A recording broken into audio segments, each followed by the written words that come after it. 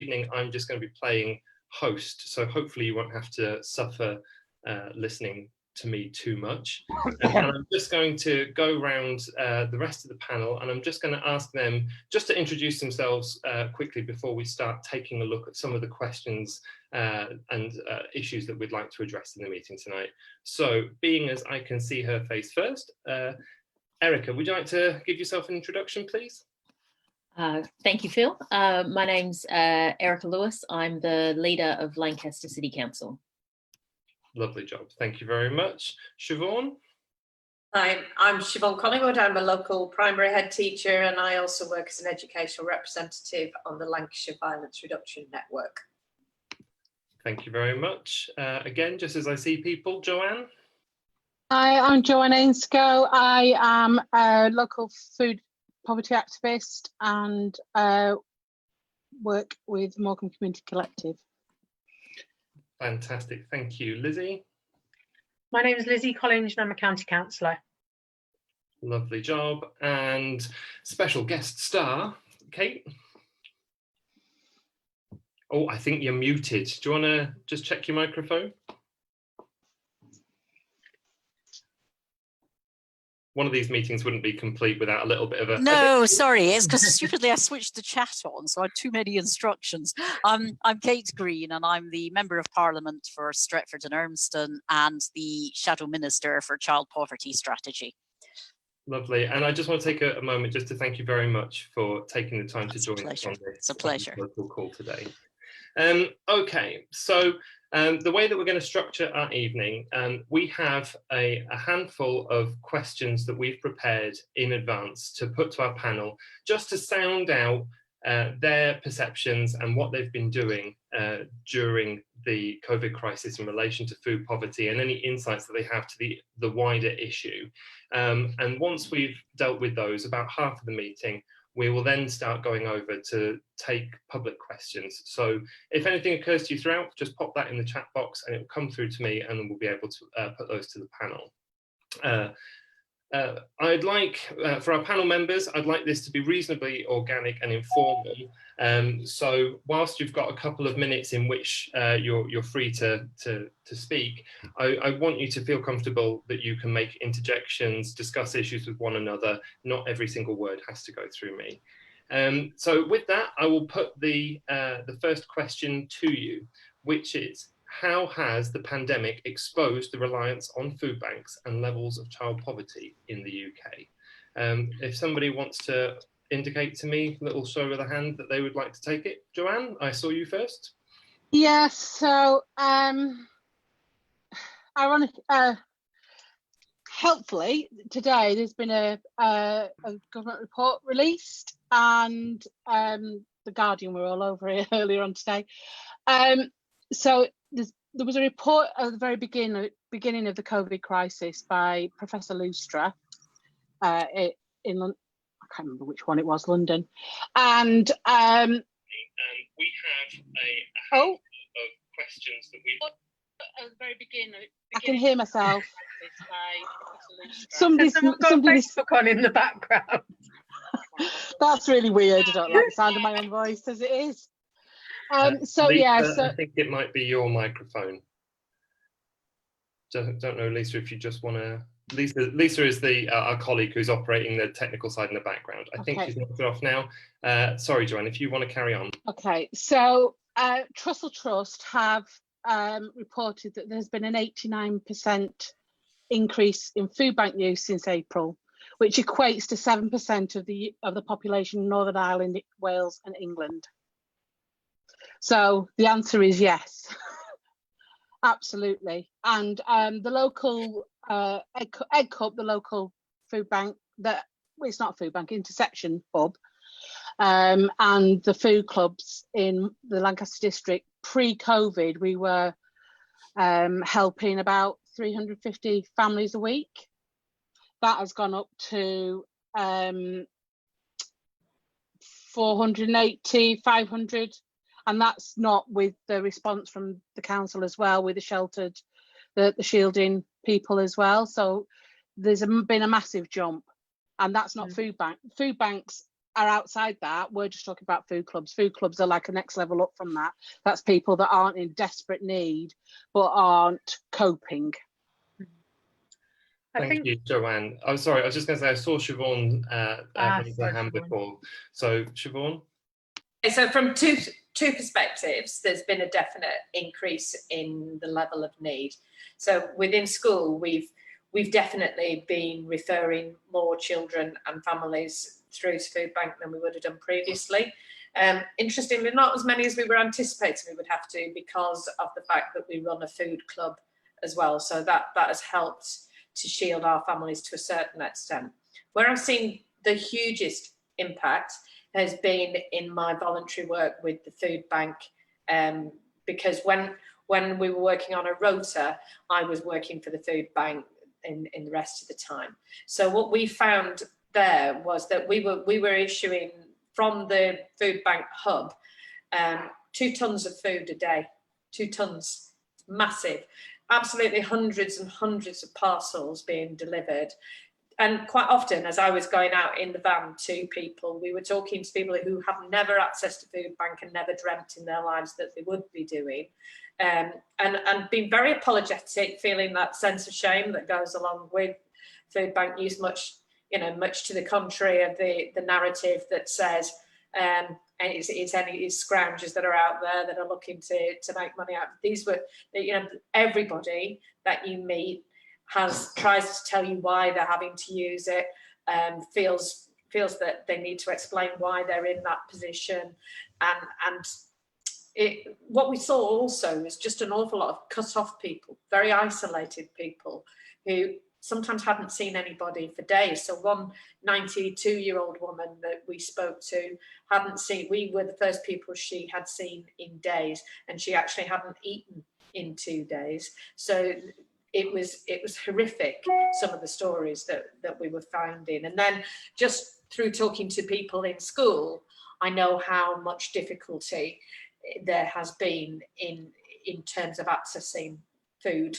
Initially, when there was the problem around about the supply of food to the supermarkets, and then as things started to settle, it became about furloughing schemes, people losing their jobs, and more people having to access funding in that way. Thank you, Siobhan. Who'd like to pick up from there? Lizzie?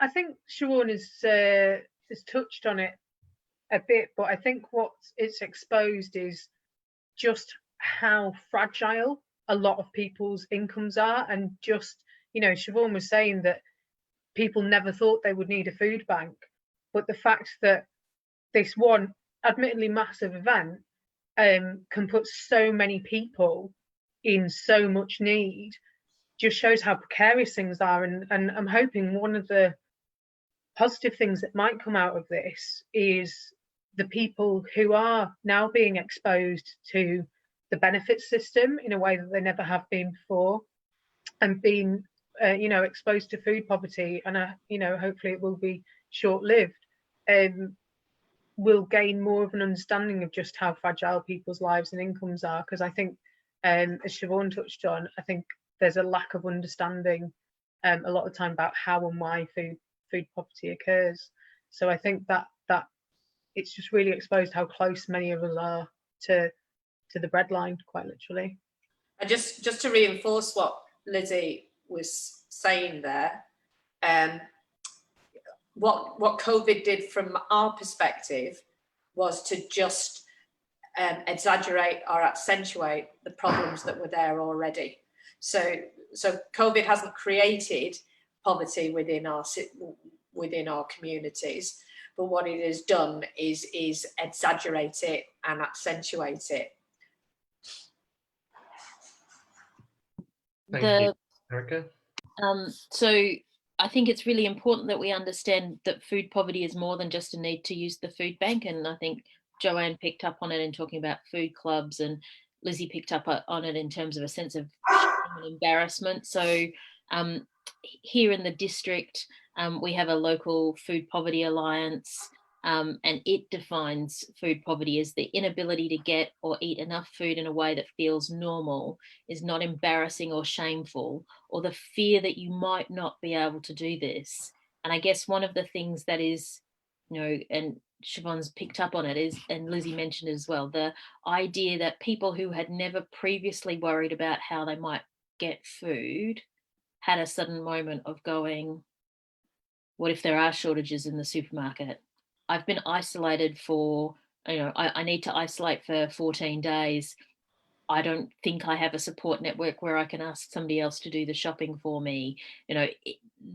For a whole lot of people will have experienced that broader understanding of food poverty for the first time. And that's, and there's kind of two challenges that come out of that. We put a lot of effort as the City Council and working with partners, because the response in Lancaster has very much been about partnership working. So, between the City Council, Morecambe Bay Food Bank, Egg Cup, and the food clubs that it's working with, there've been 13,000, not unique, but 13,000 households provided with food as of the middle of kind of June. And some of that will be they couldn't afford to shop. Some of that will be they couldn't access shops. Some of that will be that they needed help with actually prepared food, because we've discovered a kind of growing number of people who actually need prepared food brought to them. And that's one of the things that Egg Cup, working with Lancaster and Morecambe College and Chefs Catering, has actually delivered, is prepared meals to people. And so I guess the next step of that is, we spent a lot of time encouraging people to ask, to say, please don't suffer. We have enough. You're not taking from somebody else by asking. Please ask. We want to help.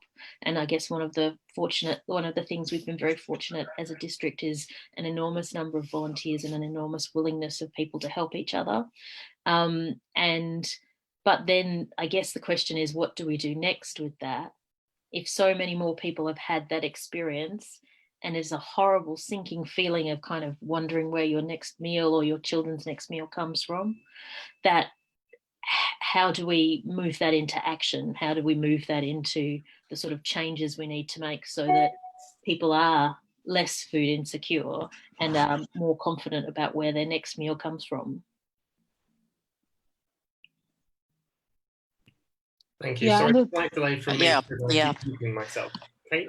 Yeah, I think everything people are saying will be very well understood by the people on this call. And as Joanne was saying, we've had these really shocking government figures today, which show millions of people in food insecurity, either unable to eat as many meals as they would, or cutting down food portions, or not being able to eat the nourishing diet that they would like to, and a very significant rise in people who are actually having to use food banks and receive food parcels.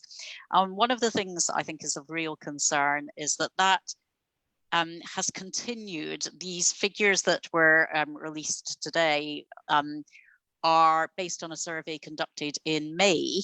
So sometime after things like the job retention scheme or the beginnings of that big surge in applications for universal credit were actually happening. So people were continuing to be unable to get food, whether that's afford it or access it, even after the government had started to put in place some of the schemes that were meant to protect people's incomes, and also had put in place their school meal voucher scheme. And I think that's of real concern. And I think we have to understand why it is that even through May, people were still experiencing food poverty. One of the reasons I think will be because actually, for all that financial support has been put in by the government, and that's really welcome, and it would have been catastrophic for families if we hadn't had those schemes and protections. We know that the social security system isn't adequate. It doesn't give families enough money to meet their needs. And that's really been exposed very starkly in this crisis. And even now, with the increase in the standard rate of universal credit, and the other measures that the government has taken to help people with the cost of their rent, for example, we've still got a social security system that means people just don't have enough money. And that's why Labour has been pushing for more measures to boost family incomes further, removing the benefit cap, removing the limits on child tax credit and child benefit to 2 children, and suspending the 5-week wait for a universal credit payment to be made. Now, one of the questions I would think we might want to explore with government ministers is, given that we've seen this continuing rise in food poverty during May, is that to some degree to do with this 5-week wait? And the government will say, well, people can get an advance on their universal credit, but a lot of people are quite reluctant to add debt at a time when their financial circumstances are so insecure and their future prospects are so insecure.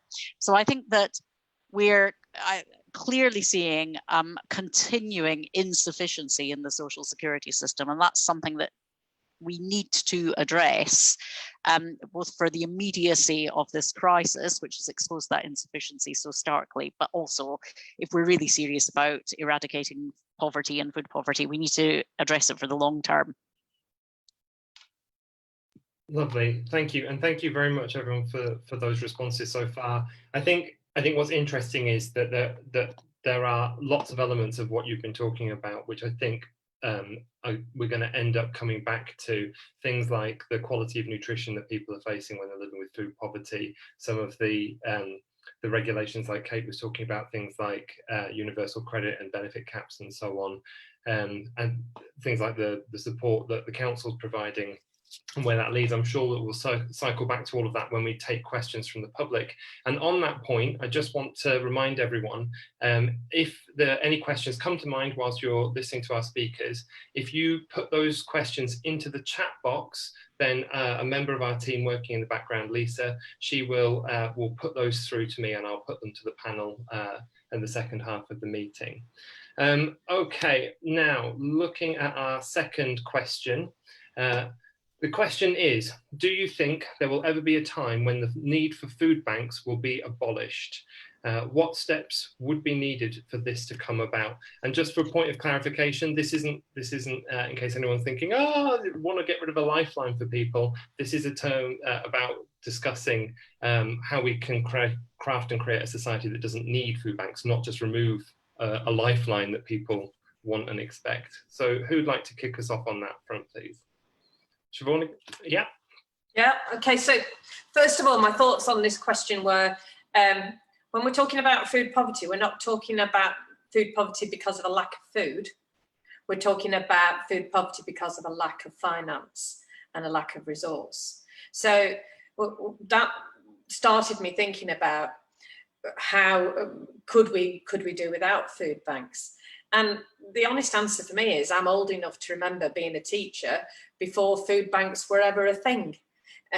It's quite shocking to me that food banks have the prevalence that they now have within our community, and how quickly that's been accepted as part of the societal structure, and that somehow, and it's become normalised, because it doesn't feel normal to me, and it doesn't feel normal to a person who walks through the door on a normal food bank usage. So we need to get clear, first of all, that this isn't all right, it isn't acceptable, that it is Trussell Group's aim and any other food organisation's aim actually to not be needed anymore. And it would certainly be the aim of the recipients not to be in that point as well. So do I think that we could do without it? Yes, because if we had a joined up approach to reducing child poverty and reducing poverty across the country, then we could make a difference. And we were making a difference. Pre-2012, there was a significant reduction in child protection statistics, and that has now started to rise again, unfortunately. So when we want to, and when we bend our collective will to it, yes, we can make a difference. And there's lots of different ways that we could do that, because actually the two biggest costs that create that financial insecurity that drive food bank usage are childcare costs and housing costs. So if we were to look at both of those issues and how we could help alleviate the pressure there, alongside creating a security in income and a fairness and equity in income that would mean that families that I work with, because what I'm seeing more and more now within my community and within all of the school communities that I work with, is that there is a growing number of working families that are having to access food bank usage and are feeling the pinch and feel that they are in poverty. So it isn't just enough to take people out of unemployment and to find them work. The work we find them has to pay appropriately, has to give security of tenure to them so that they know they can rely on it. And then we need to look at the issues around about the food that is available to them in the area. So are the shops that are stocking food in the local area stocking healthy food and of the sufficient balance and variety that would make a healthy lifestyle? The other thing we'd need to look at then is what do we do as a safety net in terms of how do we make the benefit system work better? Because since the benefit system has changed to the 2-child figure and to the £20,000 cap, it's made a significant difference to the experience of living on benefits for families. So I think all of those issues, if we were to bend our collective will to them, if we have a look at the fact that as a country, we didn't seem able to do anything about homelessness. And yet when COVID struck, we removed homeless people off the street very, very quickly. It's not perfect, I know that, but there are solutions that we can find if we bend our will to it. Instead of victim blaming and instead of shaming and saying it's just about getting people back into work, then I think we need to look at it more universally. Yeah, and if I can build on Siobhan's bend our will to it refrain, I think, the homelessness illustration is good. It took funding, it's temporary, and some of the people that we've recently housed, it's difficult for them, it's difficult for the council, it's difficult for the other organisations that are trying to support them to keep them there, but we are trying desperately to keep everybody under a roof who we've recently housed. But it does show what can be done if there's a will. And I think that's the opportunity of this moment, is that what can we do if we all work together? So the City Council has spent a lot of the time of this crisis trying to bring people together and share information and build networks. And one of the things we're increasingly thinking about, and I saw that Councillor Alistair Sinclair is on this call and he leads on our communities and social justice work, and Alistair's done a lot of this work, is how can we take those networks and that shared vision of work forward out of this crisis? So what could we do in our district if all of us were committed to ending food poverty? What could we do working with employers to make sure that we increase the number of good jobs with fair pay? What could we do working on a community wealth building model to ensure that more of the income generated here stayed here and thus lifted people? What can we do around housing? And not just the City Council, not just our food banks and our food clubs and schools, but if we put together enough of us, could we move the needle? And some of that's about the work that Kate is picking up in Parliament, because we do need, there's legislation and there's funding and resources that we need, but there's also a lot we can do with the talent and skills that we have in the district. And so, part of that, could we abolish the need for food banks? Let's shoot for the moon. Let's see what we could do working together. And I hope that everybody who's part of this evening's call and, your friends and colleagues who are all doing this work will feel that you could be part of that work as we take it forward, and there'll be ongoing opportunities to participate in that. So, I think it's a goal worth aiming for. I think the mood has changed as well. A few years ago, if you asked some of the food bank providers, charities, the question, should we do without food banks? Could we do without food banks? Their ambition then was actually to grow. They wanted a food bank in every town. And I used to say then, no, we don't want a food bank in every town. We don't want to need a food bank in every town. We want to reach the point where we don't need food banks. That's now, I think, the view of virtually everybody in the food charity sector, that we are going in the wrong direction if we're opening more food banks. The objective has to be to get to a point where we don't need them. But I think it's important to recognise some of the things that actually are quite complicated, or you might want to hang on to as you're thinking about what's a future model like. And first of all, I was really interested in what Siobhan said about looking at some of the very high costs that actually batter family incomes, and childcare is a really good example. So is there a better way of providing childcare than the market model that we've got at the moment? That would relieve pressure on family budgets. I think a second thing is to say, what do we want the benefit system to be looking like, and what do we think is right to expect in terms of family incomes coming from wages? At a certain point, wages can't meet all the costs of raising children, and nor should they, in my opinion, necessarily be expected to, because I think we have a collective responsibility to invest in our children, and our tax system should be helping parents across the piece with the cost of raising their kids. And that's what a payment like child benefits is very good at doing, because it recognises that almost all families with children should get support, because whatever their circumstances, there are additional costs associated with raising children, and you can't expect your boss to pay you more because you're a parent, but you can expect society to say we all benefit from the potential that children bring, and therefore society should invest in those children. The third thing I think we've got to recognise is people will always fall into crisis. Domestic abuse, a relationship breakdown, an unexpected bereavement, an unexpected change in family structure, or becoming homeless. We need to have emergency support for those completely unlooked for events.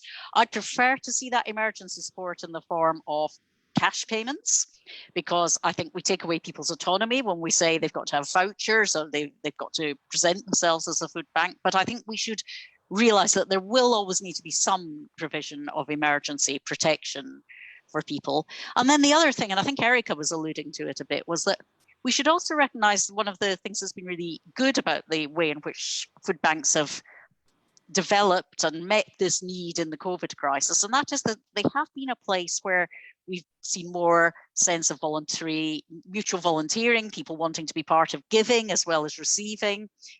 We've seen communities coming together to meet need, and we want to build on that community energy, I think.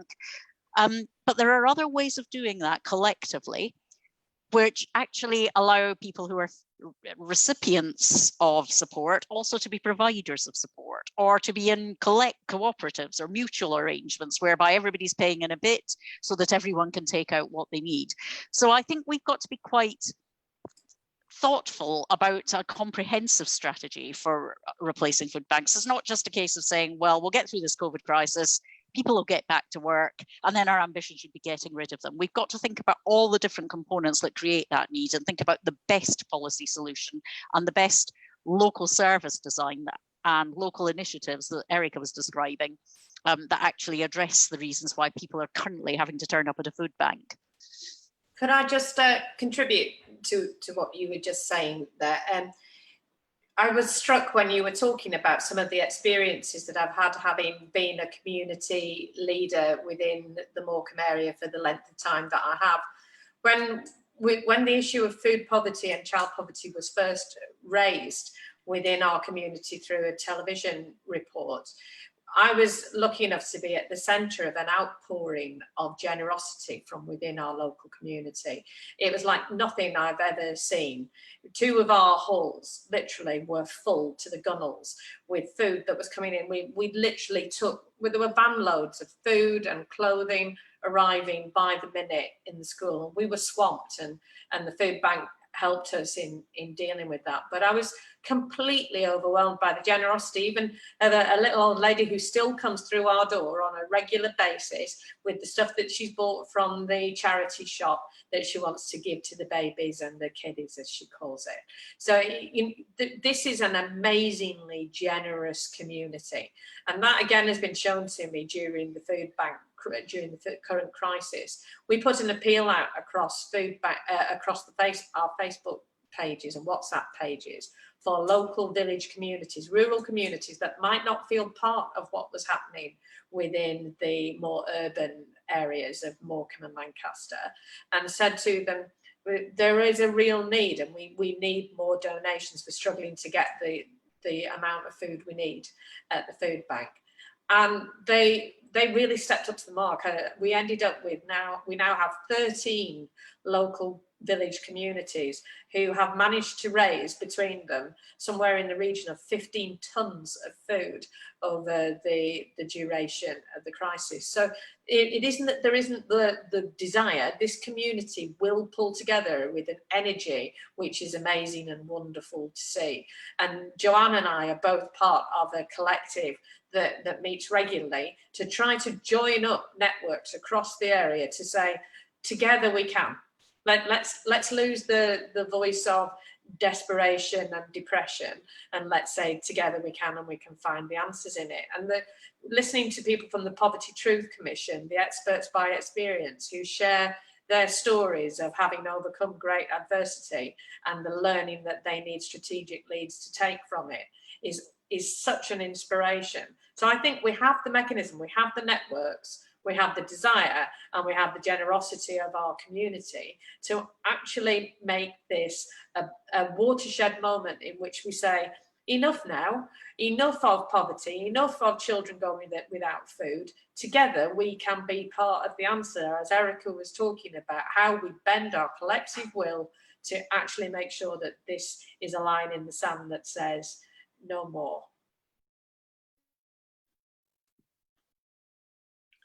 Joanne, as you were sort of mentioned by Siobhan, then with the Morecambe Community Collective, do you want to speak next? Yeah, so I would like to just sort of take a slightly different tack here, because we've Kate and Siobhan and Erica have all spoken very eloquently about the poverty aspect of it, and I want to talk about the robustness of local communities to be food secure. And there is a real lack of that. We've got climate change on our doorstep, and we've got Brexit implications on our doorstep, which could cause real food insecurity coming rapidly up against us. And at the same time, we've had the Localism Act in 2011, which took away some of the rights for local communities to actually have their own growing spaces. And we need to get back to that, because after the First World War, we had the Allotments Act, where people returning had the opportunity to grow food for their families, and we need to start doing some of that as well, because the supermarkets don't have all the answers. If we're relying on supermarkets to provide the answers, well, that's why we ended up with food clubs in the first place, because of the massive amounts of waste food and interception of food that's just going to waste in the whole system. You know, tons and tons and tons of food worldwide is wasted, and in this country it's horrendous. From farm gate to household door, there is an awful lot of food wasted in that chain, in that supply chain, and we need to bring our food systems more closer to the people that are eating it, they're consuming the food. So we do need the ability to provide more opportunities for people to grow their own food. We've got a lot of housing, and housing is so poor these days in the way that it's built. It doesn't provide spaces, external spaces for people to grow their own food. They have a postage stamp of a garden if they're lucky. Whereas, you know, in the 1930s, when we built council, and when there was the big council housing expansion, all those houses had gardens big enough to have their own food and keep their own chickens and do all this, you know, and it was built with self-sufficiency in mind. And we don't have that, and we are running up against a bit of a crisis with what's coming, and we aren't robust in any way to deal with that. So a food bank, if we sorted out child poverty and we sorted out those issues around the benefit system and childcare and things like that, that would make a huge difference. But we've got this elephant in the room, which is the actual food chain, and the food chain is broken, and the food security is actually broken, and we need to start tackling that properly and with some serious focus on it.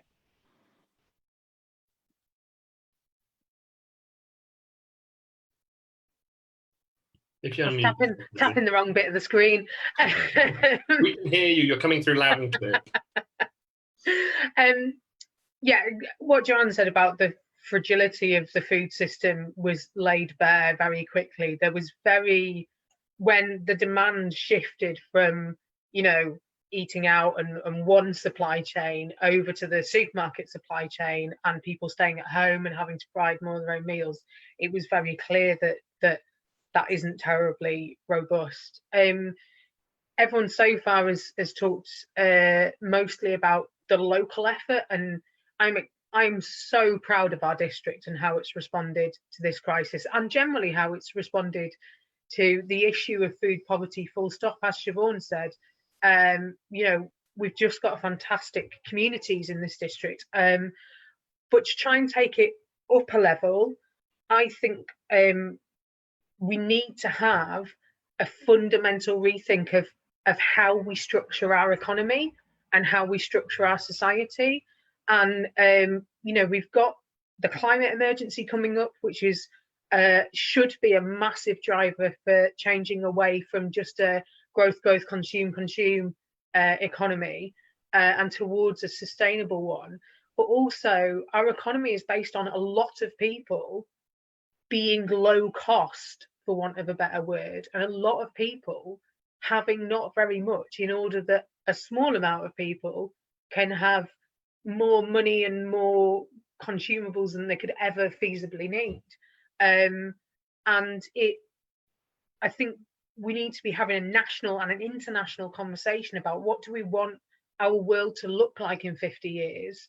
Do we still want to be having conversations about how we feed our children? Or do we want to make the systematic and structural change that means that people do not go hungry and have access to satisfying work and satisfying cultural lives and all the things that make a really good life? And the amazing response in the district, I feel like a lot of it has been, both in the crisis right now and certainly in the longer term, has been in spite of what the government has done and in spite of the situation we find ourselves in. And, you know, what we need is both locally and nationally to be working together towards a better solution, and having, you know, to get very political, having a government that frankly is supporting a system that does not work and that has impoverished huge amounts of people. So whilst there's so much amazing stuff going on locally and there's so much power in our local communities, I think we need to be having a bigger national conversation as well of what do we want our world to look like and how do we get there. Fantastic, thank you very much. We'll move on to the next question, but I was having a conversation earlier today with Alistair Sinclair, who I know is in the audience, and Erica mentioned him before as a cabinet member that deals with community wealth building and engagement, and he was talking about the local response to the food poverty and emergency food issue during the COVID crisis, and one of the things that he said was that the principal support from the council into the food bank system, they're working with the Trussell Trust and with Egg Cup, hasn't been quite as high as they had anticipated. But part of the reason for that is because of the sheer scale of the community response, that the community has self-organised and has put together mutual aid groups. Food clubs have sprung up all over the place. More, I was going to list them, but there's more than I can actually keep tabs on. The community response has been absolutely fantastic. Anyway, I was not going to sit here and rabbit on the whole time. So what we're going to do, we had like 4 of these set questions and a supplementary in response. The quality of the answers has meant that I've allowed time to run on a little. So what I'm going to do is I'm going to sort of frame 2 questions in one, and then once we've had the answers for this, we'll then move into questions from the public. So I will allow you to decide for yourselves how to respond to the following mash of question. Has there been an increase in people with children needing to use food banks in the UK since the pandemic? What are the reasons behind this, and what steps do we need to take locally and nationally to address it? And has this period of lockdown encouraged us to reconnect with our humanity? I'll put it to you. So if someone wants to give me the nod. I'll start. Go on, Erica, you take it away. So much in those questions, and noting that I really do want to get to the questions from people participating. I'll try to be short because a lot of this answer has already been given. We know there's been an increase. Every food aid, food support group has seen an increase. We just know it's there. I think the challenge is to take what in the first instance is a charitable response and turn that into a structural reform response. And Lizzi, was saying this is a national and international conversation. And of course, goal 2 of the Sustainable Development Goals is zero hunger. And so it is a national and an international conversation. And I think it is really, I think there is an important thing about what can we do locally? What do we have to change nationally? What are we working on globally? Whether that's about, supply chains and international supermarkets versus the kind of how do we support local producers? How do we grow locally? What's our local food security like? And how does that fit into being a resilient community in the face of climate change and the climate emergency? And I think it really, other people have alluded to this. I think the overwhelming response from our district has been to care for each other. People have made new friends, people have, neighbours they maybe haven't known, but they've got to know. People have looked out for each other. And how do we and we already had a lot of that, but we did have this uprising of people kind of saying, I want to help. And in fact, we had more volunteers come forward than we could use. So what are the opportunities about those people coming forward? One of the things we've learned is about, some people who need access to food support or food aid, but can't necessarily access the current places it's being delivered. Are there new food clubs that we could establish and support with volunteers? Are there better ways of gleaning, of intercepting food that could reduce waste and mean that there's more for people? How do we make some of those changes, and how do we kind of capture that? People saying both, maybe I've now experienced food poverty, or maybe I had a close call, and kind of having a new connection to the issue, and then turn that into action, not just charitable response, but a commitment to changing the system that creates it. So on the question of is there more demand, and particularly more children in receipt of food aid, yes, absolutely. The Trussell figures the other day showed a more than doubling in the number of food parcels for children compared with the same period last year as a result of the crisis. But I think what Erica and Lizzi have been saying about the solutions being structural and placed in a bigger set of solutions is absolutely right. However, I would just say there's one thing that we kind of haven't really talked about yet, which is the social value of food, eating together, sharing together. Schools are a great place where you can do that. Children coming in for breakfast clubs, having lunch together, cooking together, learning about food and nutrition together. And although my general position on making sure that families can have enough to eat is families need enough money, then they can go and get the food they need, I think there are 2 things to say about that sit alongside making sure families have enough money. And the first goes to what Joanne was saying about people having the capacity to grow more food locally. Some will be time poor, they won't be able to do that. Some will be physically unable to do it, or as you say, Joanne, will live in the wrong kind of property and won't have the space. So I think there's an opportunity to think about how some of that community energy is translated into growing groups that supply and groups that are users of the local foods that's produced. And the second thing I'd say is I do think that as far as school food is concerned, we should be ensuring that every child can have a free meal. That was our 2019 general election manifesto commitment, a free school meal for every child. I think that what I've seen in breakfast clubs in my constituency in schools is just amazing. It's about so much more than just food. It's about the kids getting together, getting a healthy meal, but settling into the idea that the day is starting, that they're in school, that the learning is going to begin, seeing their friends, socialising. I think we really can see a lot more potential than just making sure people are fed adequately out of our strategies for ensuring that we have got no hunger. Hunger is not just, to me, about making sure people have enough to eat. It's about the whole experience that they have around food and being part of a community where everybody has access to enough food.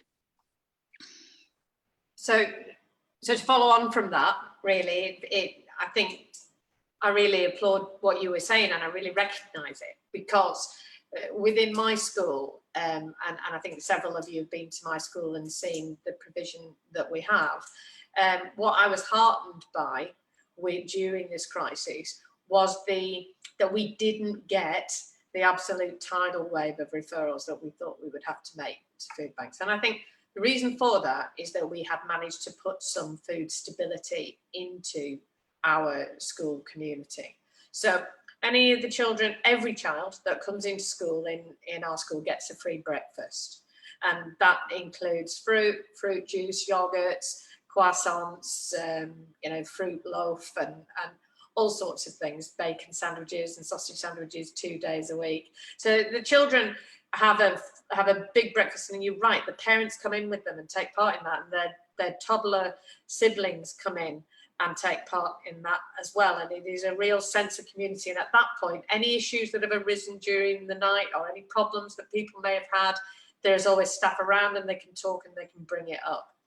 Also, we have a food club that runs for 30 families a week, which collects from fair share all of the food waste that Joanne was talking about and alluding to. We bring that food back to the school, and the families can buy it for £3 subscription per week. They can help themselves to a very big amount of food for the week, and that certainly helps.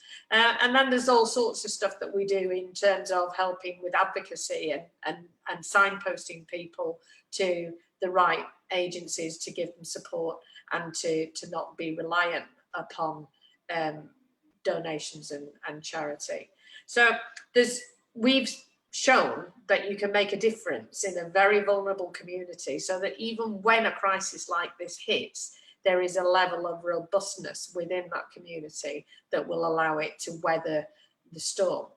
But I do worry that we're talking about it as if it's a storm that's going away, because I'm very fearful about what comes next. This has just been the start of it. And as we come out of this with what threatens to be the hugest economic recession in living memory, I am very fearful of the impact that's going to have on our disadvantaged communities, because they always come out of every situation worse. So I'm very worried about, yes, there is a community response, and yes, there is an optimism, and there was a great optimism in the answers I was giving previously, but I do have this fear about what's coming down the tracks at us, and not hearing enough of a sense of, now's the time for us to get together and work collectively to make sure that this doesn't become a disaster over the next few years. There's almost a sense of, oh, well, it's almost all finished with now. Everybody, from once we've got back into the pubs and we're all together again, then everything will go back to normal. It isn't going to go back to normal, and there is going to be a big surge in need, not just from food, but also from pastoral provision and safeguarding need and unmet need that has happened behind closed doors for a period of what will be 6 months by the time schools get back in September. The pressure that is going to put on all of our systems is significant, and I don't hear it being talked about and planned about anywhere near enough. To just pick up on that, there is definitely that other level of provision that we haven't seen it yet, and that's the families that are maybe furloughed or coping at the moment, but you know, post unlocking, they're going to lose jobs, and that's coming. And also there's the community, there's the families that were just about coping, but we're still seeing problems. I do apologise. There's either a dog was snoring before, and now we've just wandered off. They were coping, but the supermarkets, for instance, all the basic lines have been out of stock for months, many of them, that they can't get that. So they've had to, their food bill has increased because they're having to buy the next level up, whereas they were coping, buying basics, you know, and they're still coping, but they can't sustain that because that permanent change to their income, even if they go back to their job, is going to, you know, is going to impact, because at the moment they're cutting corners, but you can't keep cutting corners because you'll run out of corners. So there's another level. So that's what I just wanted to raise that. And then the other side of it is the humanity aspect. We've seen the humanity aspect over and over again. We see it in the food clubs, where we see people that come into the food clubs, and normally when we're outside COVID, food clubs are a very social event. People come, it could be often the only time they get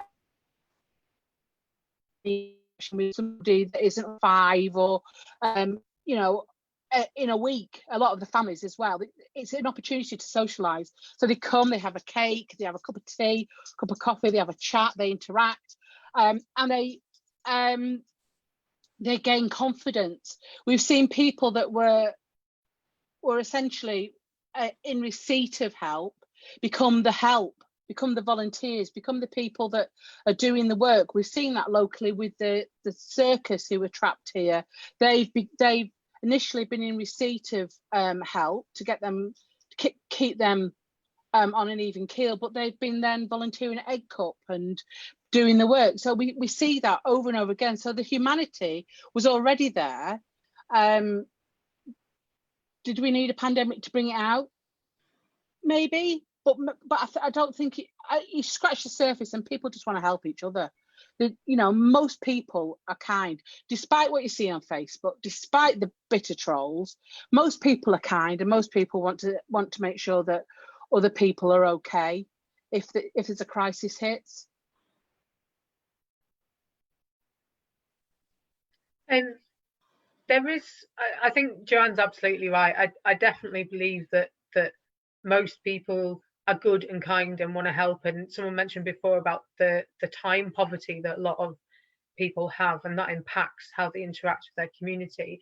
I do think there is something currently, though, about having a common enemy, about everyone being in the same storm, not in the same boat, but in the same storm, of being able to collectively face outwards at something that is threatening, and join together against that. And it is the interesting question, to which I don't have an answer, is how, you know, in the same way that we turn that charitable impulse into a desire and an action for structural change, how we keep that collective sense of purpose, and how we keep that collective sense of focus as well, and that I think has been different in the last few months.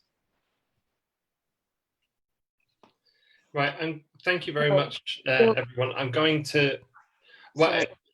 Yes, Erica. Yeah. Sorry, I just wanted to very quickly say that the City Council is very aware that it's probably going to get worse before it gets better. And so the support and the partnership work that we're doing with, the food banks and the food clubs and things like that, that will continue, we expect, at least until the end of the year, possibly longer. So we're not thinking that everybody goes back to work on the 4th of July and that's it, we're done.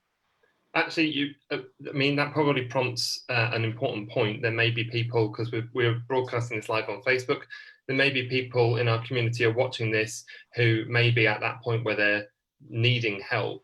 So Erica, Siobhan, can you signpost for us where people can go if they're in need of help at the moment?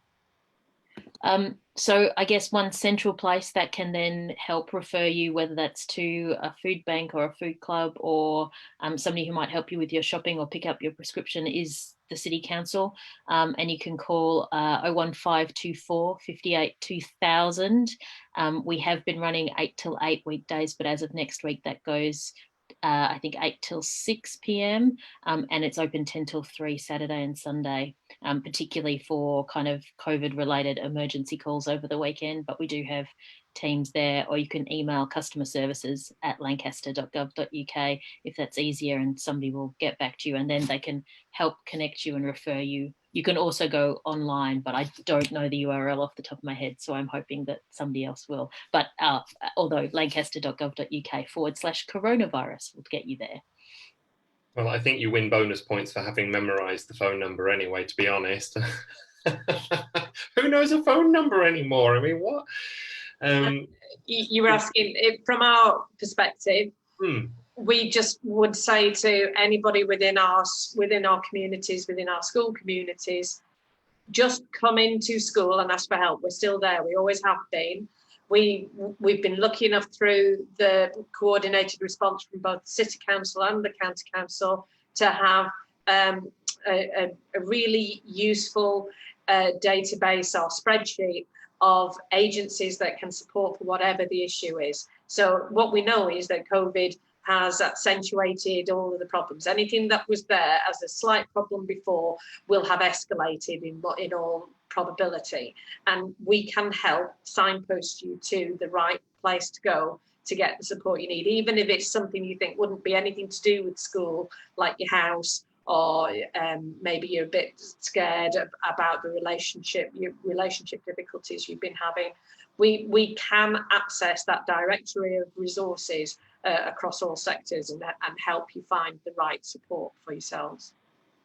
That's fantastic, and brilliantly community spirited as well. It's just lovely to hear that that's Can I just point out that, there may be people watching that aren't actually in the Lancaster district, and there are other schemes around the country that are similar that are going on. So you've got your local council, but there are other like food clubs, like there's pantries, and there's lots of other sorts of support within the community. So it is out there if you haven't got it, but usually your council is probably the best place to go first for a referral. Lovely, thank you. We're going to move now into the public Q&A. I don't propose that we seek a comment from every single member of the panel in addressing each question. So if there is something, I'm speaking to our panel members now, if there is something about the question that you hear that you would specifically like to address, just indicate to me, and then I'll bring you in. But we won't go to every single person for every single question. It's just if you feel you have something to contribute. And once again, I remind people that if you've got a question you want to put to the panel, if you can please type that into the chat box, then we will that will come through to me and I'll be able to put it to the panel. Likewise, if you're watching live on Facebook, we've got people monitoring the Facebook feed, so you can ask a question there, and then that will eventually trickle down into this meeting and I'll be able to pose it to the panel. So first off, Michael asks, I'll try and summarise the questions if they're a bit wordy. The Joseph Rowntree Foundation has put out data that says 30% of children in the UK are living below the poverty line, and that during the COVID crisis, 6 in 10 families that are on universal credit or child tax benefits have been pushed into further debt. Would anybody like to pick up on the implications of that? Kate? Yeah, I'm happy to do that. We don't get poverty figures more than the official poverty figures more than once a year, but the 30% figure is right, and the predictions that are being made by think tanks are that we're going to see a rise in poverty of probably another 500,000 kids, more than 500,000 kids, perhaps 600,000 or 700,000 kids by 2022. And that was the trend we were on before the COVID crisis. So I think we can be quite fearful of the number of children that will be in poverty as coming out of this crisis and going forward. And it's not just about the immediate effect. That will have a long-term scarring effect on those children. It will damage their educational participation, their ability to learn. It will damage their mental and physical health. It's likely that they'll be living in poor quality housing, so they won't have the same opportunities for play and social interaction. And they probably won't have good access to facilities to help them with their socio-emotional development. So I think these poverty figures are really alarming. We've seen child poverty rising over the last few years. Labour governments between 1999 and 2010 managed to take over 1 million children out of poverty. I'm very sorry to say that by 2022, all those gains that were made are going to have been completely reversed. So we urgently need now to prioritise strategies to stop this rise in child poverty, to turn the tide, to prevent more children falling into poverty. And that means that at every level of government, national, regional, local, you need comprehensive approaches across a whole range of different strands to make sure that we really put those children first. It's obviously really important for those children, but it's really important, as I was saying, for all of us, because we're wasting the potential of those children if we don't give them the chance to make the most of their childhoods and develop in the way that they could. And if I could just add to that, there is going to be a need for serious long-term work, but of course almost every council in the country is facing a significant financial problem. The statistic is that between 2010 and 2020, so over 10 years, councils lost approximately 60p in every pound that they used to receive from the government. So many of us went into the pandemic already kind of having used resources and having less to work with and less services and less staff to deploy. And we were told by the government, do whatever it takes to look after your people. And my officers rose to that challenge and did an awesome job. We've got 300, that's coming up on half of our staff, redeployed to doing pandemic response stuff. It's an amazing commitment and, matched by the community sector. But the government said, do whatever it takes and we'll have your back. And then they've disappeared on us. Councils are out of pocket by billions of pounds. We've lost income. We've spent money we weren't planning on spending in order to house people. And they keep saying, they've given us £3.2 billion. That's a fraction of what councils will have spent and councils will have lost. And if we think that this doesn't all go back to normal on the 4th of July, that there is a difficult time ahead for many, many people, those supports that councils provide in public health, in housing, in welfare support, in domestic violence support, all of those areas are all at risk, because anything that isn't a statutory service, if the government doesn't fix council funding, is going to have to be closed in order to balance the books. And the government needs to take that really seriously. They told us that they'd have our backs if we delivered for our residents. We have delivered in spades. Now they need to pay up. So pass around the hat. So I'm going to move us on. I'm sorry to sort of cut contributions, but I think it's important that we try and hear from a breadth of different people. So I'm going to ask the next question, which is from Trina.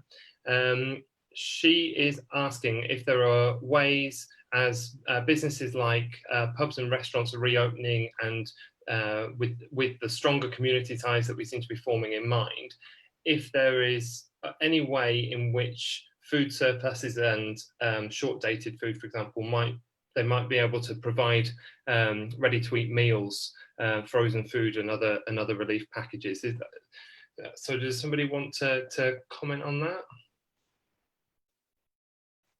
I think that's been happening, and that's been happening quite widely. We've seen the relationships, the partnerships between the council and Ainscough, and initially there was a number of businesses that contributed as well, and then there's the Lancaster and Morecambe College took over. But we've got to bear in mind that these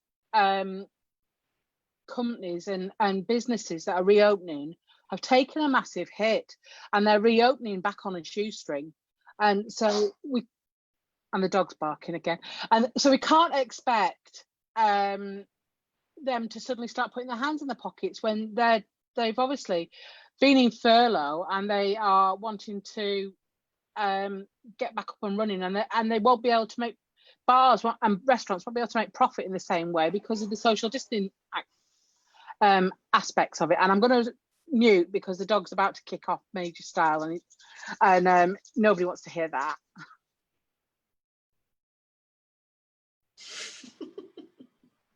Anybody else want to come in on Trina's question? Okay, cool beans. I have a mysterious anonymous question. I hope we're all feeling a suitable sense of anticipation. The question asks if there's a second wave or a spike in COVID-19 cases and further measures are brought in to mitigate that. What can be done to ensure that we don't see things like panic buying episodes that emptied shelves in supermarkets, and this sort of harks back to a comment that was being made before by Joanne, I think, or that all but the most expensive products are stripped out, forcing people who would normally pay less to pay more.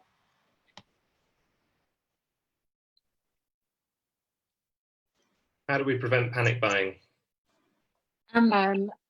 Do we all still have, I mean, there must be tons and tons of toilet rolls still out there. There must be, you know, I mean, people must have bought toilet rolls to survive to 2029. I think people have to take some collective responsibility. They have to realise that if they don't go and panic buy, that there's more there for everybody, that the food isn't wasted. I mean, we saw images, I mean, I know the media exaggerates, but we saw images of where people had panic bought, and then a week later, it was all sat outside in their bin because the food didn't last. So if we, you know, the supermarkets have worked really hard, and you know, I criticised them earlier, but they have worked really hard to maintain the food supply. It's not perfect, and there's lots of things wrong with it, and lots of things can be improved. But if we take collective responsibility and we behave in a way that we buy normally, then the food will be there. It's not about a lack of food, it's about a lack of food at that point in the food chain. So the food can be moved, but we can't get it there if everybody goes in and buys all the bread, or goes in and buys all the flour. I've still got half a bag of flour, 20 kilos of flour that it took me 3 weeks to buy, that I had to, you know, it's the food's there. We just need to take some responsibility. Lizzie, did I see you indicate? Yeah, well, I think there's two things. There's the panic buying, which I think is a harder nut to crack in some ways, and that's going to be a collective effort, not only of taking personal responsibility, but about the government and people locally being able to give a sense of confidence in the food supply. But also what happened was, you know, it wasn't just panic buying, it was the shift from food being delivered in one sector, and then suddenly everyone was eating at home, you know, and quite often extra meals. You know, I've got a 6-year-old, so suddenly there was an extra mouth to feed. And and the food supply system took a little while to move over there. So we currently get food delivered from a company who normally supply pubs and restaurants. And we made that decision consciously because that was it was a different supply chain to the supermarkets.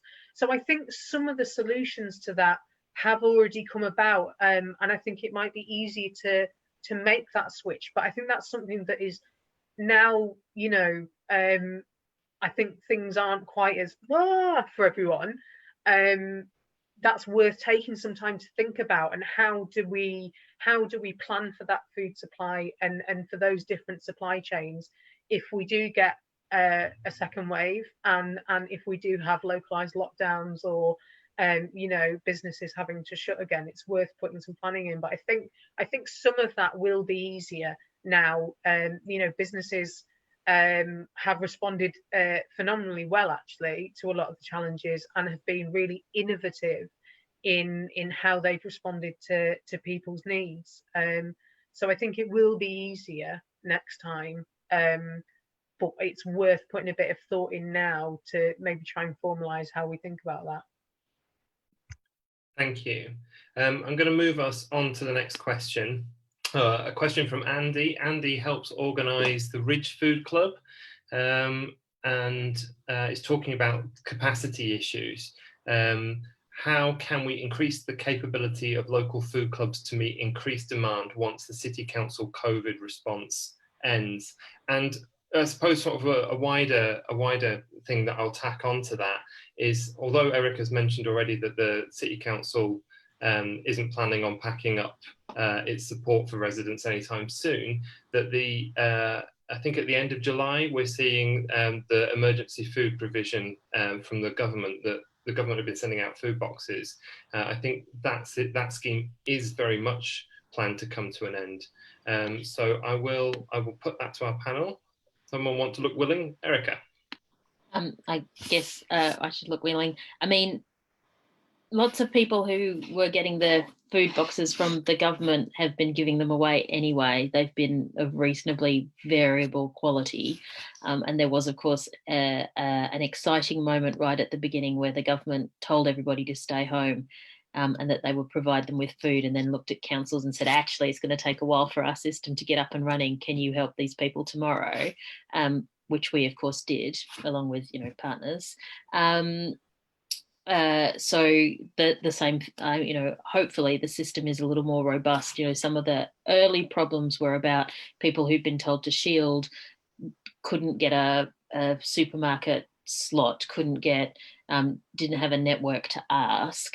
At this point, there are more systems in place in order to ensure that if you are shielding, you can access a spot if you want to do that, or that we have lots of volunteers who are happy to help with shopping, although some of those are going back to work, but I think there's probably still enough to go around. So again, if the government stopping that delivery means that you are now at risk, or you are worried about it, please do contact either your school if you've got children, or, you know, the City Council, or the Lancaster District support line, and ask for the help you need. We have enough. Please ask. And in terms of the food clubs, I think there's, you know, some interesting conversations to be had about that. You know, the Food Alliance meets, it has met regularly all through this, and I know there's an ongoing discussion. They had hoped to launch a new food strategy this summer, and obviously that's been a little bit derailed by COVID, but there is an ongoing discussion about, you know, are there new places that could support food clubs? How do we support food clubs who, you know, there's a conversation at the City Council about space, and in that moment where maybe you had you know, the Ridge Community Centre would normally hold 30 or 40 people. With social distancing, you need to have far fewer people. You know, are there spaces that we could offer community organisations to support them so that they can continue to operate, but operate out of a bigger space? And we're trying to have all of those conversations. So I guess in terms of what the Ridge Food Club is organising, tapping it. I'm sure you already tapped into that network in terms of the Food Alliance, but lots of the conversations are happening through there because we do want people to be able to open and operate safely, and we do want to meet the need of everybody who's out there. Thank you. I'm just going to, before I ask the next question, I'm just going to note Councillor John Reynolds has made a comment about the previous question answer that was answered, talking about supermarkets acting too late to stop panic buying, and he feels that a lack of leadership for the government is partially responsible, as well as the overall difficulty in managing the irregular pattern of food use. Okay, next question. We've got another anonymous one. Ooh, the mystery. The next steps sorry, it's quite a long question. I'm just trying to condense it.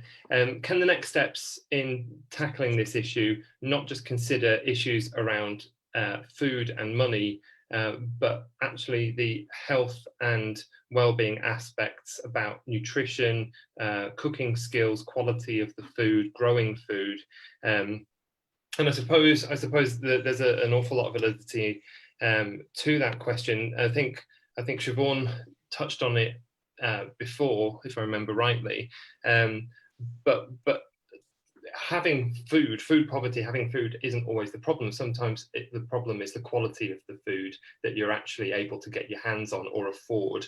It's often more expensive to buy food that completely caters for your nutritional needs.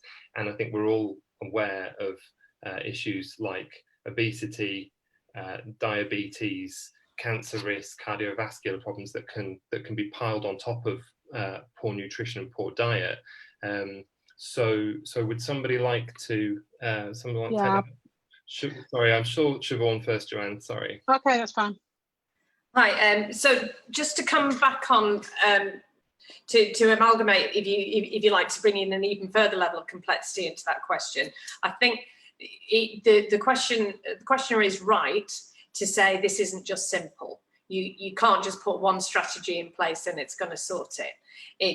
There is not a sticking plaster to any of the issues that we've been talking about. And my anxiety is that a lot of the suggestions and strategies that have been put forward at present are exactly that, sticking plasters. So take, for instance, what's happening within the field of education. This whole talk about, there's been lots of talk about closing the gap and educational disadvantage. It will not be sorted by a series of 6-hour sessions with a tutor. With a home tutor. That is just not even going to scratch the surface of the problems that we're dealing with, because what we're dealing with children and families who are feeling Maslow's hierarchy of needs at its most extreme.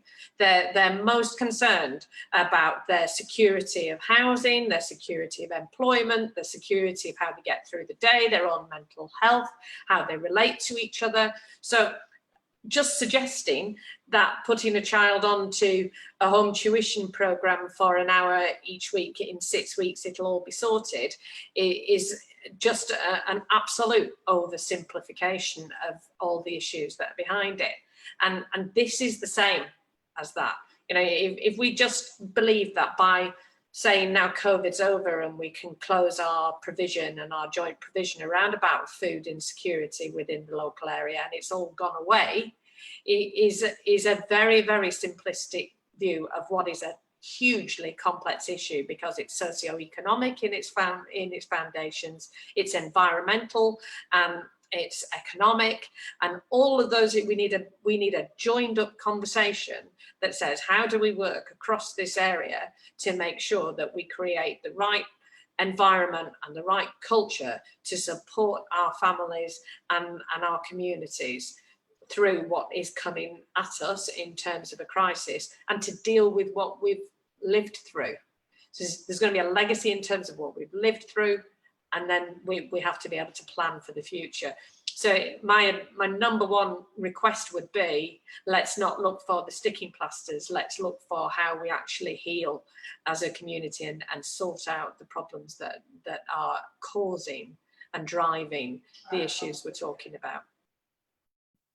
I guess, Kate, that what Siobhan's just been talking about has got to form one of the core aspects of what you're looking at when it comes to child poverty strategy. How are you building on those ideas? I think it's really right to say that child poverty is a multifaceted challenge, and it's about thinking about all the different aspects of a child's experience and making sure that in every one of those domains, children are getting the best support, and that we sustain that support so that they can thrive and develop throughout their childhoods and into adult life. And if you look at even really, really good policies like the Sure Start programme, extremely effective. And we all know that the best investment that you can make is in the early years. But in fact, even then, the really good effects of the investment in the early years will fade if you don't continue to invest in those children as they grow older, as they go through primary and secondary and post-16 education. And no child will thrive if they're growing up in a household where there isn't enough money to provide adequately for all their needs. And every other outcome that you can look at, every other adverse outcome for children, whether that's their physical or mental health, their safety, their propensity to be injured or in an accident, their educational attainment, their ability to react well and play with and relate to other children, any outcome you want to look at will be worsened for children who are growing up in families where there is not enough money to meet their needs. So you're absolutely right, Philip. We have to think across the whole range of childhood experience to make sure that we're tackling disadvantage and that no child is left behind. And I think particularly what goes on in schools and education is so important. There's no early years strategy now. We need to rebuild that as an absolute matter of urgency. What's going on in our schools? I mean, the funding arrangements are a mess, and we're constantly waiting for a funding formula that actually does properly get resources to the schools that need those resources the most. It's not happening. Teachers massively overstretched and performing a lot of different duties in addition to children's learning, coping with a lot of the psychosocial problems that those families are facing as well. And the focus on really quite old-fashioned learning methodologies that the government would favour, I think is both doing a disservice to a lot of children for whom that is not their preferred way of learning, but actually it's not like real life. I often say, you know, in my job, one moment I might be asking the Chancellor of the Exchequer about the deficit, but the next moment I'm trying to unjam the photocopier. I need a whole range of skills, and we should be teaching our kids a whole range of skills in schools. And this idea that there are some kids who are going to go down a very purely academic path and others who are going to have a vocational experience, I think completely misses the point about what real life is like and the whole range of skills that every child is going to need as they grow up into a much more complex and unpredictable world. And I was debating whether or not to tell you this, but actually I think the Chancellor of Exchequer was the one that was using the photocopier before you. I don't want to point fingers or make accusations, but I think we all know where to look. Okay, I'm gonna pose one more question, which I'm gonna ask because we're running right up on the time where we were scheduled to be finished. So I'm gonna ask for a relatively brief response to this. And then I'll just come to each of you for any final thoughts or important points that you feel may not have been touched on, but you think it's important that we take a moment to hear from you. So Jean has asked what the panel think about universal basic income, and I suppose doing the opposite of what I've been doing in crunching questions. If I expand this one a little, I imagine that's, do we see universal basic income as a potential solution to problems that we're facing around food poverty? So again, brief answers from those who want to give them. Anyone want to? Kate, yeah. Well, I'm politely sceptical. I think right now, when we're in a crisis, we don't really have the time to be inventing another means of getting money to families. We need to use what we've got and get money out there. And in fairness to universal credit, I have a lot of criticisms of it, but the system has stood up well, and I think a lot of us were quite surprised by that. But it has processed claims and got money to most people, not all, but it's done pretty well, and it's been able to be adapted in ways that the government decided to adapt it very quickly and easily. So that's good. And I would focus first on getting more money to families through the mechanisms we've got than trying to set up another mechanism for the emergency. In the longer run, I think my preferred universal payment is child benefit, because I think that we have a real child poverty crisis in this country. And that is where we should start if we're looking at universal payments in the mix. But I think there is, in any social security system, the ideal sort of provision would be a mix of all of them. You'd have a universal element, you would have a contributory element, because people like the notion of paying in and giving them a sense of entitlement that they can expect to take out. And you do have to have targeted payments for people when the unexpected happens as well. And so there has to be an element of means testing in the system too, although it could be a lot less complex and punitive and mean than it is currently. So I think universal payments or a minimum income floor have a place in the social security landscape, but I would absolutely not see universal basic income as the panacea. If you want to set it at a level that can genuinely ensure that families will always have enough money, then I'm afraid the top rate, the headline measure of tax would probably be politically impossible. And so I think we've got to think of universal payments or floors in the context of a multifaceted social system of support. And the other thing that people talk about when they're talking about universal basic income is there's also a conversation about universal basic services. And I think that is really interesting, because that is about rebuilding the social safety net. You know, one of the things that, again, in partnership, Lancaster University, Lancaster and Morecambe College, the City Council, a whole lot of other people have responded to. Everybody, you know, lots of children got sent home to be homeschooled, and then people said, actually, I don't have any tech. I don't have reliable Wi-Fi. I don't have a spare iPad for every child that I've got. In fact, I don't have any. So how am I meant to access the learning that you're telling me I'm meant to deliver? And so there's been a whole, and while the government did belatedly start organising tech for particular groups of students, locally we had already started working on something of a solution. It's not a comprehensive solution, but that idea that in fact access to the internet is a universal basic service seemed a bit wacky in the 2019 election, but then all of a sudden, and it was launched here, but then all of a sudden we had a moment where we suddenly realised, if you're meant to do your shopping online, but you have no you have no Wi-Fi, if you're meant to do your learning online, but you have no tech. And so I think we need to think about what are the minimums that people have, you know, a right to housing. You know, I think we have reached the point where you're entitled to be able to access the internet, because so many things rely on that.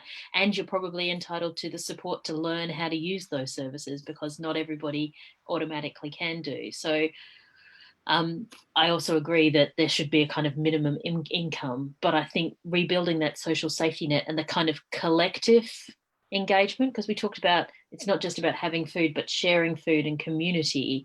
There's also a community in sharing services and everybody accessing those services, because that means that everybody has an investment in those services being good. So I think that's the other universal conversation to have, is around services. So I think Erica really touched on something important there in terms of the mistakes that we will make if we assume we know the answers. And that's what happens all the time. We get government directives from whichever government has ever been in power that tells us how we can solve whatever the collective woes of our society are. And so we end up doing to people, not with people.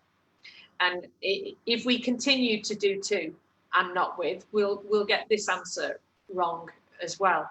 So I think we actually need to looking at the IT problem that you were talking about, that's because whoever is making decisions about what will be the key to solving the advantage or the learning gap, fundamentally doesn't understand the people at whom they're aiming the help and the resource at.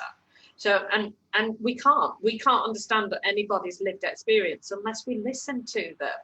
And when do we ever bring people who are accessing a food bank into it? When do we actually, as policymakers, sit down and really listen to those people about what would make their lives better and would make it easier for them to not have to access a food bank, and really stop and listen at that proper level of listening, not just the waiting to have a go to answer back or to solve their problems for them, but where you actually put yourself in their shoes, listen to what they're saying, empathize, and be moved and changed by that experience of listening to that person.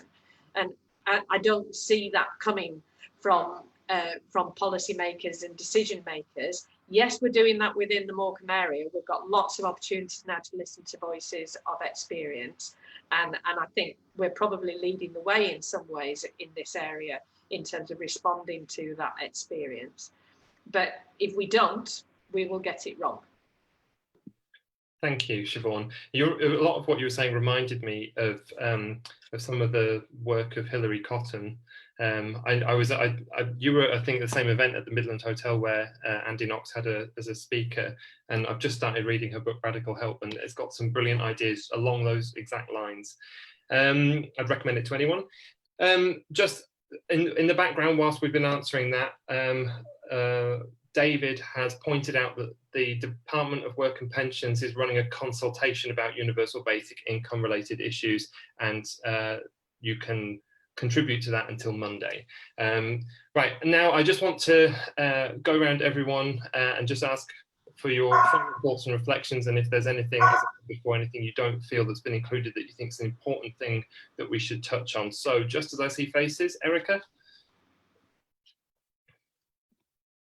I think it just crystallizes all those thoughts about respecting the experts in experience and taking a lead from them in terms of really hearing what they need and want and how they understand solutions, and how we build those solutions locally, and how we engage as many people as possible in kind of sharing that vision, but also how we kind of tip that between local action and structural change, and making a big difference at this time.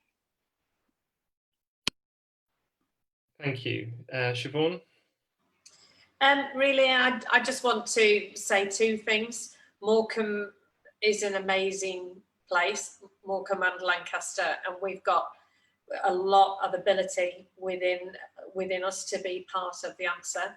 But what we absolutely need is strategic leadership, both locally and nationally, that listens and doesn't look for instant solutions, that is prepared to really be responsive to local need and to not rush to sort it out with an easy headline grabbing solution.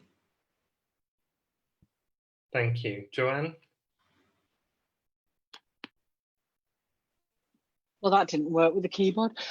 Yeah, so there's the one thing that we haven't touched on at all today is that even if we solve the food problem and we solve the tech problem, people in poverty often are in fuel poverty as well. So you can have enough food and you can have the tech, but if you can't afford the electricity to turn the Wi-Fi on, and you can't afford the or the gas to cook the food, then you still have a problem. So there's you know, possibly the second wave in the autumn is going to hit the cold weather with the cold weather as well. So we've got another crisis there where there's not enough heating and electricity and all the other aspects that we've spoken about.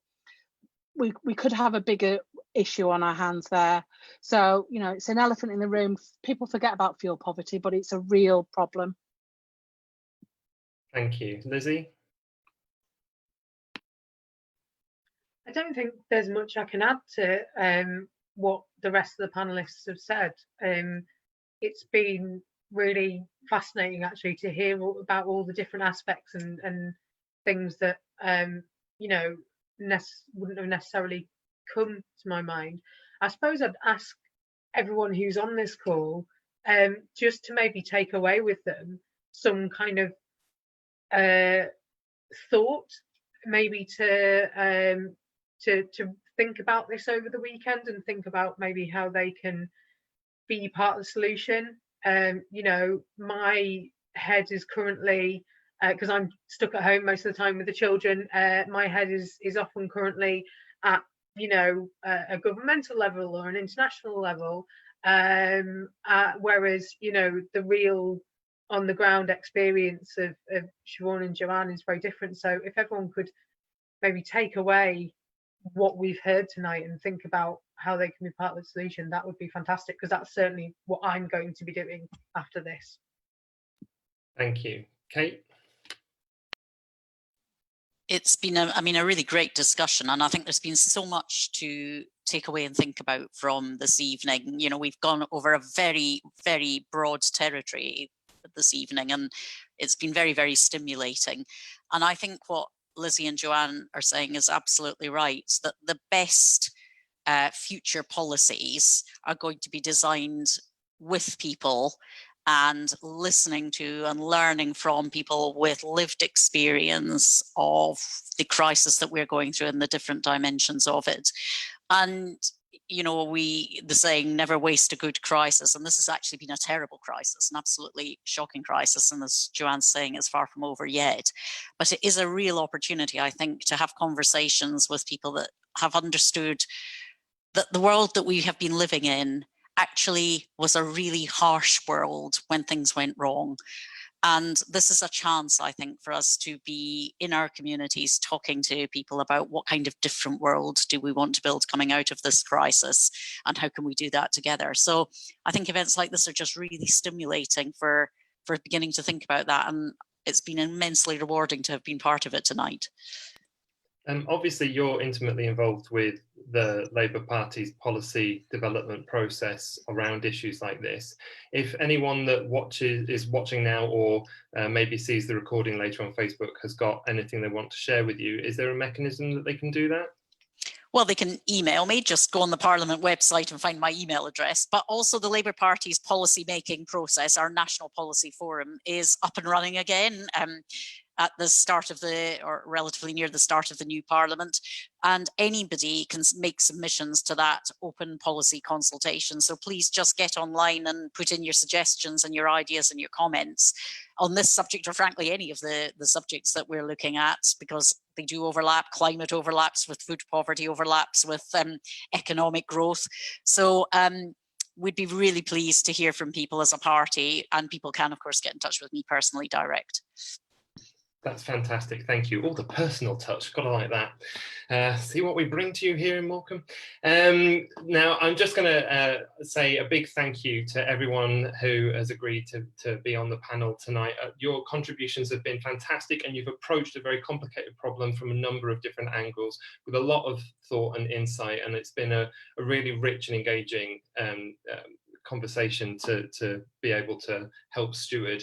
I'd like to thank everyone that's come along on a Friday evening to sit and stare at a computer when they've probably spent most of the rest of the day in Zoom meetings anyway. And in the background, I mentioned once before, but Lisa, a member of our party staff, who is doing a phenomenal job of keeping all the plates spinning whilst we have our serene little discussion. She's busy beavering away in the background. And it's also worth noting that that although she's been silent this evening, Lisa Brown in Carlisle, quick Google, and you'll see that she is intimately involved with food poverty and emergency food provision in Carlisle, and helped set up a food bank. She is a bit of a local champion in her own neck of the woods, and it's a shame in a way that she's hidden away from us and not able to have joined the discussion, because I'm sure her insights would have been really valuable as well. So thank you to Lisa in the background. To our panelists, if you can stay on the line for just a moment longer, and everyone else, thank you very much for attending the meeting. We're going to start unceremoniously booting you out of the room now. So enjoy the rest of your Friday night and enjoy your weekend ahead. Thank you very much. Bye, everyone. Thank you. Goodbye. Thank you. Bye-bye. I love awkward waving at the end of a Zoom. Yeah. I like the waving. I Yeah. really, really like it. I asked you on Twitter and you said we couldn't keep it. I have to say, Skype calls, Teams